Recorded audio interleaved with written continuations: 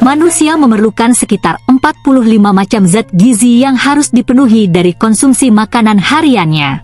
Terbagi dalam dua kelompok besar, makronutrien, berupa zat pati, karbohidrat, protein dan lemak, serta mikronutrien, terdiri dari vitamin dan mineral.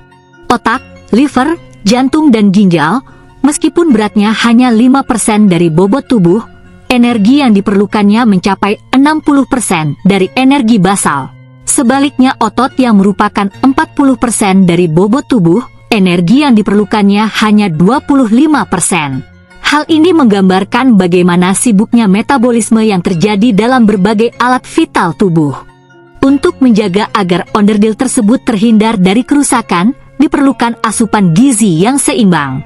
Di sisi lain, asupan gizi seimbang saja ternyata belumlah cukup untuk bisa menjamin hidup sehat.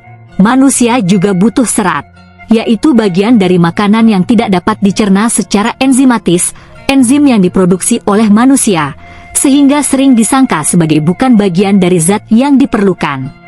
Menurut Hinton, pengarang Understanding Your Bowels, sebenarnya serat adalah dinding sel keras yang merupakan tempat sari tanaman. Pada beberapa tanaman, ada bagian yang dinding selnya lebih tebal dari bagian lain. Kepadatan alami dari bagian ini bisa menjadi petunjuk. Misalnya, kedelai lebih banyak mengandung serat dibanding tomat atau kismis, selembar kubis lebih berserat dibanding sawi muda. Tentu saja hal ini tak bisa disamaratakan begitu saja. Serat wortel tak lebih banyak dibanding buah pir, dan apel masih kalah berserat dibanding pisang. Alasan penyimpangan ini adalah, di samping serat padat ada pula serat lunak yang bahkan bisa larut dalam air.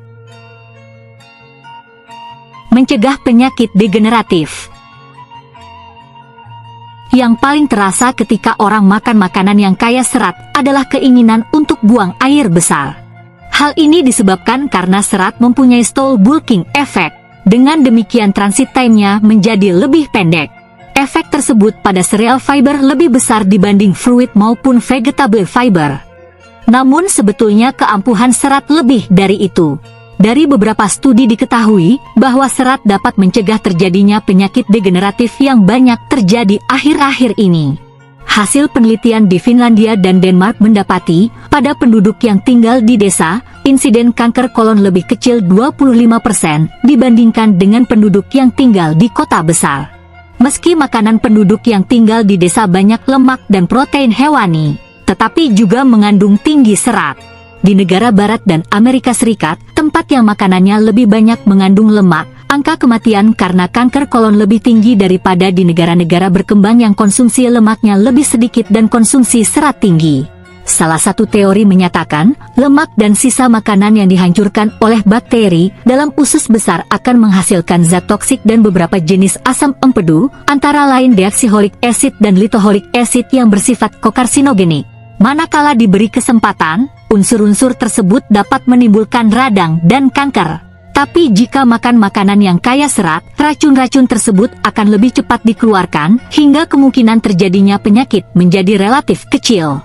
Efek lain serat yakni, sebagai penurun LDL kolesterol, terutama serat dari buah-buahan, hingga pada orang yang mengkonsumsi diet tinggi serat relatif lebih kecil tingkat kematiannya karena penyakit jantung. Meningkatnya konsumsi serat juga menguntungkan penderita diabetes, sebab dapat memperlambat gerak laju gula dari lambung ke usus kecil, atau melawan peningkatan konsentrasi glukosa darah yang cepat setelah makan. Di samping disebutkan juga mampu menurunkan insiden batu empedu, meski mekanismenya belum jelas betul. Sementara bagi yang ingin langsing, serat juga merupakan kabar baik karena dapat menimbulkan perasaan kenyang, hingga mengurangi keinginan untuk menambah asupan makanan lain. Tips praktis. Konsumsi ideal serat untuk dewasa sekitar 25 gram per hari. Bagi orang Sunda, jumlah segitu sangat gampang dikejar kalau saja kebiasaan mengonsumsi aneka daun tetap digiatkan, umpamanya sebagai cowelan sambal atau yang lebih dikenal dengan lalaban. Demikian juga kegemaran akan lotek, rujak dan karedok maupun urap. Makanan lain yang sering difavoritkan, karena menurut penggemarnya bisa mendongkrak nafsu makan, yaitu pete, dan jengkol, diketahui juga memiliki kandungan serat yang tinggi. Hasil analisis menunjukkan, pete rebus kandungan seratnya 13,15 gram per 100 gram bahan makanan, dan jengkol rebus 10,38. Itu berarti, jika kita makan pete rebus 200 gram, atau jengkol rebus 250 gram per hari, kekhawatiran akan kurangnya asupan serat sebenarnya tidak perlu. Yang jadi masalah, mungkinkah kita makan sebanyak itu setiap hari? Cara untuk membuatnya menjadi lebih mungkin adalah dengan mengurangi konsumsinya dan mengombinasikan dengan makanan lain yang juga sumber serat.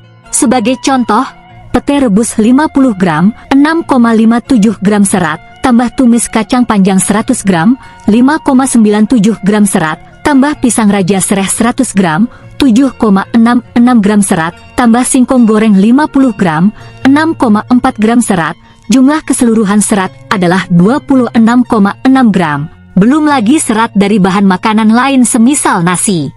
Jika makanan tersebut dibagi dalam 3 kali waktu makan, pagi, siang dan malam, dan selingan, singkong goreng dimakan pada pukul 9 pagi dan 4 sore, hal ini menjadi sangat mungkin bisa dilaksanakan.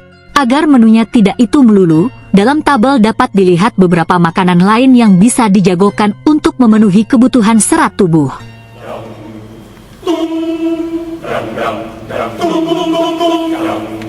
Cek.